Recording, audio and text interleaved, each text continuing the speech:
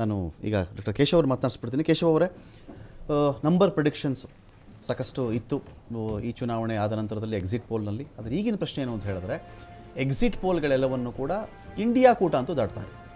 Exit poll ಪ್ರಿಡಿಕ್ಷನ್ಸ್ನ ಇವರಂತೂ ದಾಟಿ ಮುನ್ನುಗ್ಗಿ ಹೋಗ್ತಾ ಇದ್ದಾರೆ. ಇರಲಿ, ಎಕ್ಸಿಟ್ ಪೋಲ್ ಈಗ ಅದು ಮುಗಿದು ಹೋದ ಅಧ್ಯಾಯ ಅಂತ ಕನ್ಸಿಡರ್ ಮಾಡೋಣ. ಇವತ್ತಿನ ಬಗ್ಗೆ ಮಾತ್ರ ನಾವು ಮಾತನಾಡಬೇಕಾಗತ್ತೆ. ನಿಮಗೇನು ಪಾಸಿಟಿವ್ ಅಂತ ಸಿಗ್ತಾ ಇದೆ ಈ ಒಂದು ಕೌಂಟಿಂಗಲ್ಲಿ ಅಂತ? ನೋಡಿ, ಇವತ್ತಿನ ದಿವಸ ನಾವು ಇಂಡಿಯಾ ಒಕ್ಕೂಟ ಏನಿದೆ ಅದು 200ವರೆಗೂ ಗಡಿಯವರೆಗೂ ಬರುತ್ತೆ ಅಂತ ಯಾರೂ ಪ್ರೆಡಿಕ್ಟ್ ಮಾಡಿರಲಿಲ್ಲ. ಈ ಎಕ್ಸಿಟ್ ಪೋಲ್ಸ್ ಪ್ರಕಾರ 150 ಅಷ್ಟೇ ತೋರಿದೆ. ಇವಾಗ 200 ದಾಟ್ತಾ ಇದೆ. ಈ ಒಂದು ಫಲಿತಾಂಶ ಇವಾಗ ನಾವು ಎಕ್ಸಾಕ್ಟ್ ಪೋಲ್ಸ್ ನೋಡ್ತಾ ಇದ್ದೀವಿ.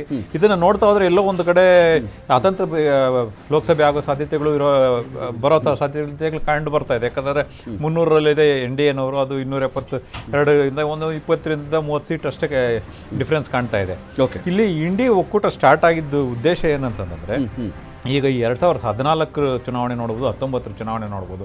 ಈ ವೋಟ್ ಪರ್ಸೆಂಟೇಜ್ ಪ್ರಕಾರ ನೋಡ್ಕೊಳ್ತಾ ಹೋದರೆ 2014ರಲ್ಲಿ ಮೋದಿಯವ್ರಿಗೆ ಪ್ರಧಾನಮಂತ್ರಿ ಆದಾಗ ಫಸ್ಟ್ ಟೈಮ್ ಗೆದ್ದಾಗ 38.7% ವೋಟ್ ಶೇರ್ ಅವ್ರಿಗೆ ಬಂದಿತ್ತು.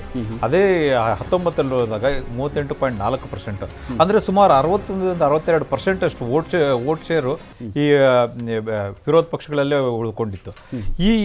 ಈ ಒಂದು ಮುನ್ನೋಟ ನೋಡಿ ಎಲ್ಲರೂ ಏನಂದರೆ, ಇಂಡಿಯಾ ಅಲೈನ್ಸ್ ಎಲ್ಲರೂ ನೋಡಿ, ಎಲ್ಲೋ ಒಂದು ಕಡೆ ಅವರು ಬರೀ ನಾವು ಎಲ್ಲ ಕ್ಯಾಂಡಿಡೇಟ್ಗಳಾಗ್ದಾಗ ಈ ಥರ ಅವ್ರಿಗೆ ಲಾಭ ಆಗ್ತಾ ಇದೆ. ಹಾಗಾಗಿ ನಾವು ಸ್ಟ್ರೆಂತ್ ನೋಡಿಕೊಂಡು ಎಲ್ಲೆಲ್ಲಿ ಕ್ಯಾಂಡಿಡೇಟ್ ಇದ್ದಾರೋ, ಎಲ್ಲೆಲ್ಲಿ ಯಾರು ಅಧಿಕಾರದಲ್ಲಿದ್ದಾರೋ ಅವ್ರಿಗೆ ಒಂದು ಸೀಟ್ ಬಿಟ್ಕೊಟ್ಟು BJP ಮತ್ತು ಇಂಡಿಯಾ ಅಲೈನ್ಸ್ನ ಒಂದು ಕ್ಯಾಂಡಿಡೇಟ್ ಆದರೆ ಆವಾಗ ಗೆಲ್ಲೋ ಸಾಧ್ಯತೆಗಳು ಹೆಚ್ಚಿರುತ್ತೆ ಅಂತ ಹೇಳ್ಬಿಟ್ಟು ಇಂಡಿಯಾ ಅಲೈನ್ಸ್ ಅವರು ಒಂದು ಪ್ರಯತ್ನ ಮಾಡಿದ್ರು. ಅದೇ ರೀತಿ ಇವತ್ತು ರಿಸಲ್ಟ್ಸ್ ನೋಡ್ತಾ ಇದ್ದೀವಿ. ಇವಾಗಿರೋ ನಂಬರ್ಸ್ ಇನ್ನೂ ಹೆಚ್ಚಾಗೋ ಸಾಧ್ಯತೆಗಳು ಇದೆ. ಬಹುಶಃ 272ವರೆಗೂ ಬರೋ ಸಾಧ್ಯತೆಗಳು ಕಾಣುತ್ತೆ. ನೋಡಿ, ಇನ್ನೊಂದು 2 ಗಂಟೆಯಲ್ಲಿ ಗೊತ್ತಾಗುತ್ತೆ. ಮತ್ತು ಎಲ್ಲೋ ಒಂದು ಕಡೆ ಇಂಡಿಯಾ ಅಲೈನ್ಸ್ ಸ್ಟಾರ್ಟ್ ಆಗಿದ್ದಾದ್ಮೇಲೆ ನೋಡಿ, ಇದರಲ್ಲಿ ಮುಖ್ಯವಾಗಿ ನಿತೀಶ್ ಕುಮಾರ್ ಅವರು ಮುಖ್ಯವಾಗಿ ಭಾಗವಹಿಸಿದ್ರು. ಮೊಟ್ಟ ಮೊದಲನೇದಾಗಿ ಒಂದು ಸಭೆ ಬಿಹಾರದಲ್ಲೂ ನಡೆದಿತ್ತು.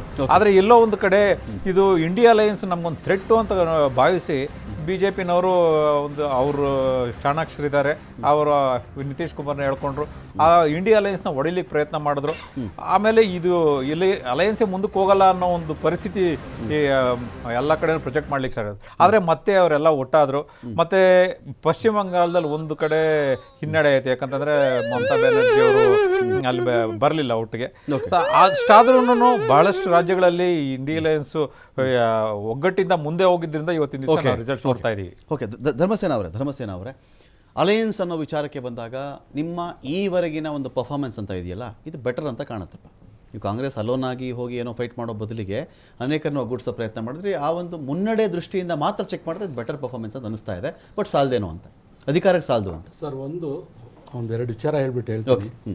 ಇಡೀ ದೇಶದಲ್ಲಿ ನಾನು ನೋಡಿದಂಥ ಒಂದು TV ಬಹಳ ಮುಕ್ತವಾಗಿ ನೀವಿರೋದೇ ಯಾವುದೇ ರಾಜಕೀಯ ಪಕ್ಷ ಆಗಲಿ ಸರ್ಕಾರಗಳಾಗಲಿ ತಪ್ಪುಗಳನ್ನು ಎತ್ತಿಡಿತಕ್ಕಂಥ ಮಾಡಿದಂಥ ಏಕೈಕ TV ನಿಮ್ಮದು ಅಂತೇಳಿ. ಅಂದರೆ ಬೇರೆಯವ್ರು ಮಾಡಿರ್ಬೋದು, ನನಗೆ ಗೊತ್ತಿಲ್ಲ.